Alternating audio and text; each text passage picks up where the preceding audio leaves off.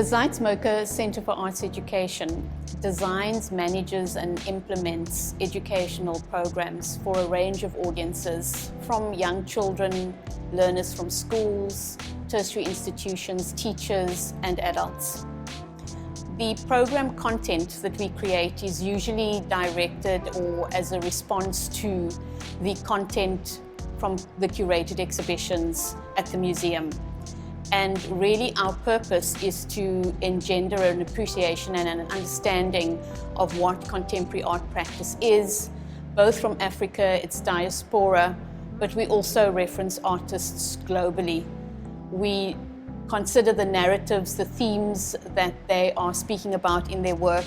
Sometimes we focus on the materiality, sometimes we delve into the life of an artist. So the programs are really varied and it depends on the particular audience that we are dealing with. The Tracey Rose retrospective, Shooting Down Babylon, gave us the opportunity to design a program specifically for grade 12 learners.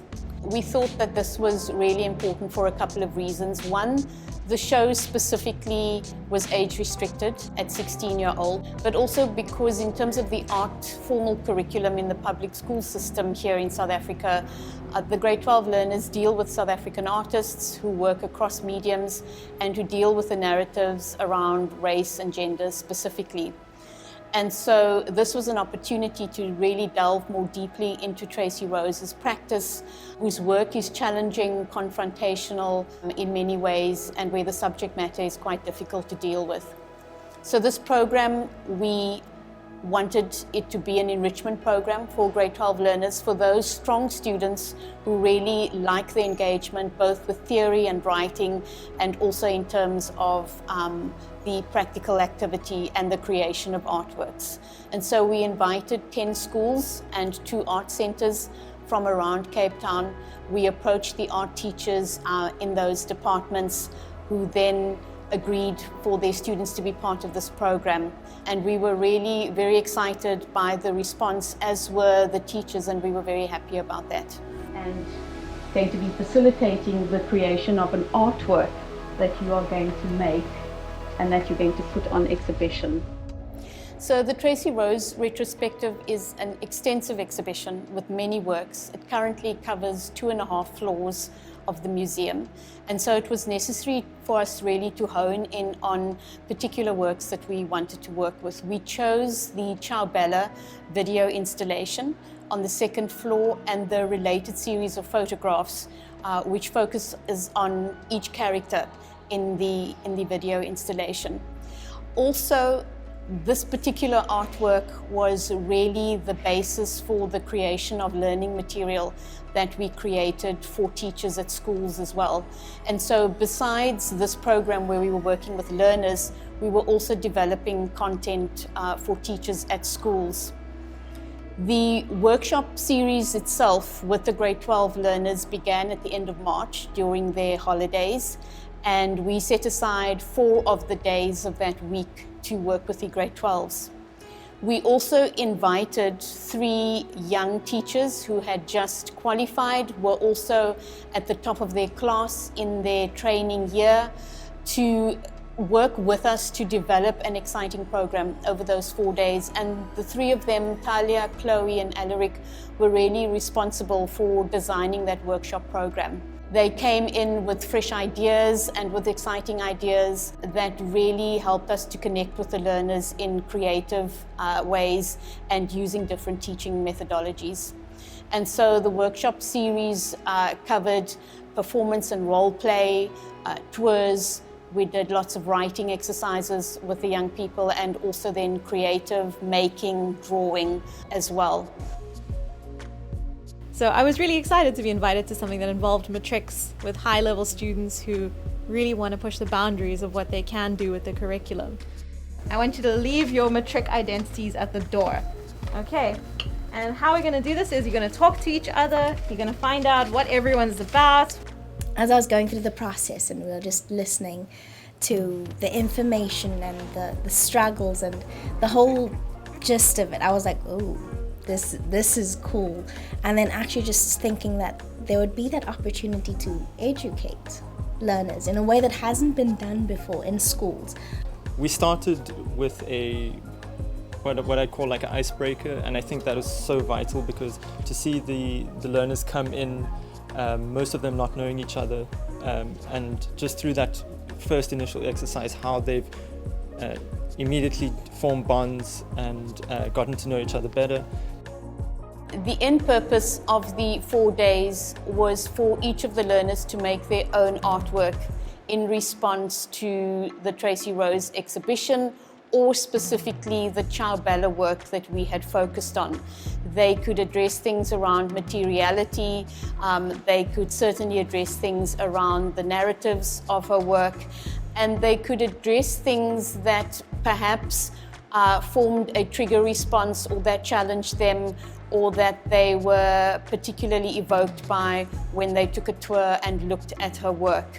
And I think this was a really exciting moment for grade 12s. So after we watched one of the videos, a lot of the learners were quite shocked and I think not sure how to respond. They're almost numb from having seen this very graphic content. And I realized it's very important to sit down and acknowledge this feeling of discomfort. Obviously it's a bit terrifying. It was confusing, but it was very deep from that point. And a lot of them said, they weren't prepared for that. They weren't prepared to see something so graphic. It was completely unexpected. And because the video is so large, there's no way to ignore it. You have to face it head on. So those feelings were very important, and I wanted the learners to see it wasn't them feeling it in isolation.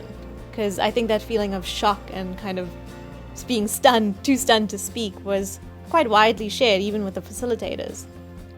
Actually, I'm not sure what I was expecting, but it wasn't this. It wasn't like doing these sort of emotional experiments.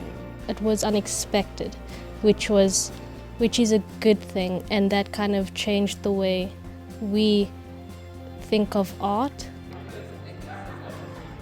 And we also discussed the idea of what is offensive art and how we engage with offensive art, looking at a bunch of examples from art history. My experience has been kind of all over the place. Like, there's been a lot of different stuff we've done and a lot of different things I'd enjoyed and disliked.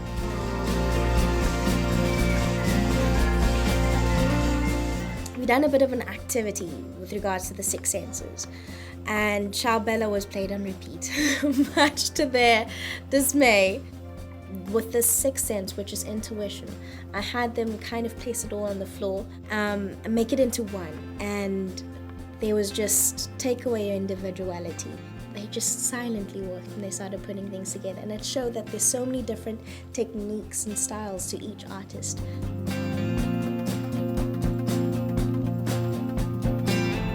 I think I've learned how to contribute, because in school we don't work together for an artwork. I definitely liked doing art almost haphazardly and random. I don't really work with abstract art a lot, and I found it really interesting.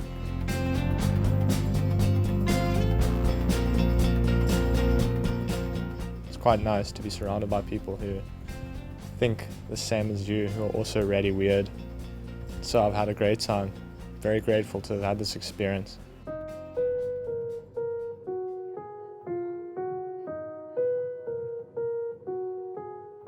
Being in the art world doesn't mean having to be an artist only. So we are going to work with the curators of the exhibition and go through it again from a different viewpoint. Instead of the artist who made the work, we're going to look at it from the point of view of the Zeitz Museum and how they curated the exhibition. It's been great learning about the curation. Definitely it's going to help us create our own exhibition. Obviously the tremendous amount of help and guidance that we've had from the teachers here, it's definitely going to set us in good stead to create our own piece for this and for our future. I also love the opportunity of working with the teachers and the curators and stuff, and just going through the exhibition and being treated as an artist instead of like a school student. It is something that we are experimenting, and I like that so much. And it's a bit like surprising, from the start of the exhibition, obviously seeing the exhibition, but also the activities that we are doing.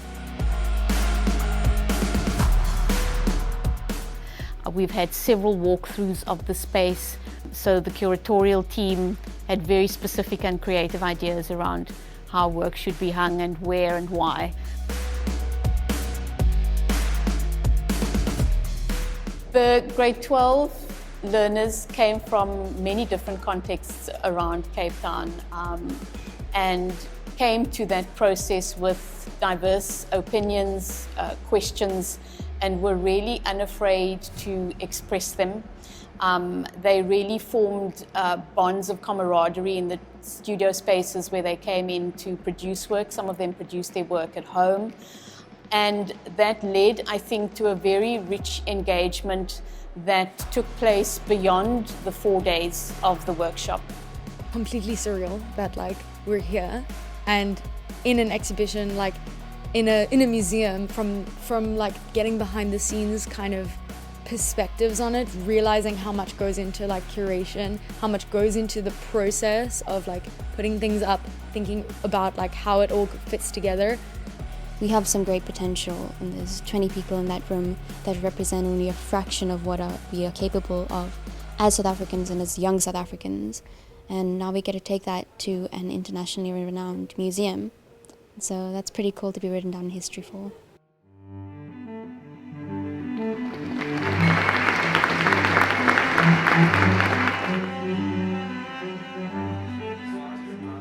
The process then culminated in the opening of the exhibition, which was titled Walking the Peripheries. The meaning of that title and what we as teachers and facilitators and learners brought to it was the sense that these young people see themselves as being on the periphery of kind of entering into adult life, and also perhaps life of a practicing artist, if that is their choice, as adults one day.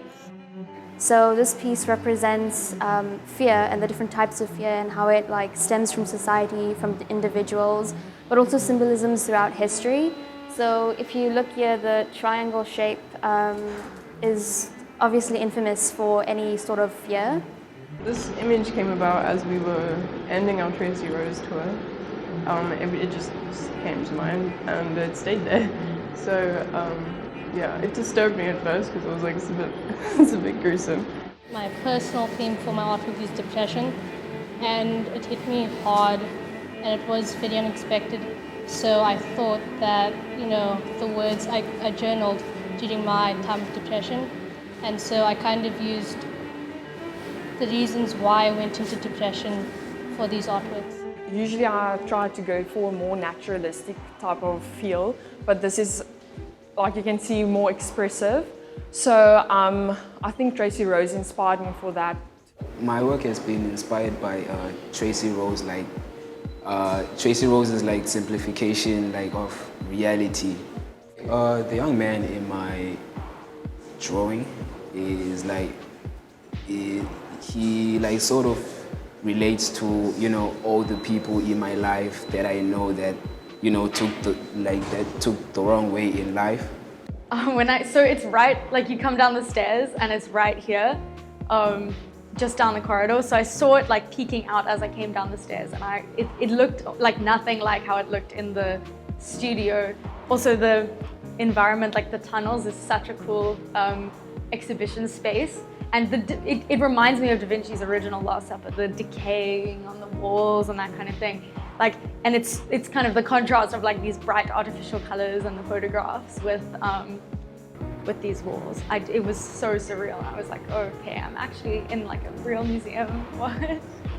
This work mainly speaks to how I've reacted to the world I've lived in, where it's like I live in this such unequal world where I come from.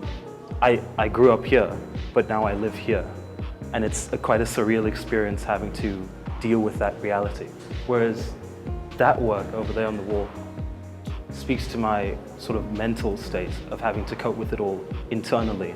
So the mirrors I really like because they literally a reflection of yourself. And that's what the monkeys are for. And that speaks about humans. We all on the same level, the same species. and yet we find so many ways to divide. And also trying to be perfect, I find. Mirrors, it's a symbol of vanity, trying to be better than others, but yet each one is shattered. There's no perfect image of yourself. I'm a Muslim boy in Cape Town. I think there are many people that live the same life as me, and they might have different opinions to what I believe in. But when making this work, it may look a bit controversial, but if I look within myself, I can see that my intentions are pure and I'm doing it for a good purpose. And I think that's what's most important, despite what other people might say. I also took the boldness from Tracey Rose's exhibition and kind of trying to incorporate it in my own way and kind of just show myself through it. I wanted to experiment. I don't often work in oil, and I thought colour, it was Tracey Rose, had to be bold, had to be bright, and oil just seemed like the best way to make the colour pop. So one of the most exciting and terrifying parts of this process of doing this workshop on the Tracey Rose exhibition was that in addition to our learners making an artwork in response, the teachers and facilitators were also expected to make an artwork in response to this exhibition and this workshop. And even though I took a long hiatus from making artwork, I made something, and it's right behind me, and I'm very, very proud of it. And I think I can say the same for both Chloe and Alaric, who also made incredible works in response to this exhibition, as did everyone at the Centre for Arts Education, and of course our mentor, Jill Joubert. And so I really want to say at the end of this process, and being in the space now with the exhibition that's been set up, with these incredible works that they have created, that really I want to express gratitude. First of all, to the art teachers from the schools that participated. Without them and without their enthusiasm for the project, we wouldn't have been able to work with these learners. I want to say thank you to the parents who really trusted us in this process to work with difficult material. Also the curatorial and exhibitions department, whose support throughout the putting up of works was we were really grateful for their participation and for dealing with the learners in such a professional way. In closing, I would like to say that we would really want to thank the Centre for Arts Education for making this possible. Without their trust and their support and having this amazing space for us to work with, none of this would have been possible.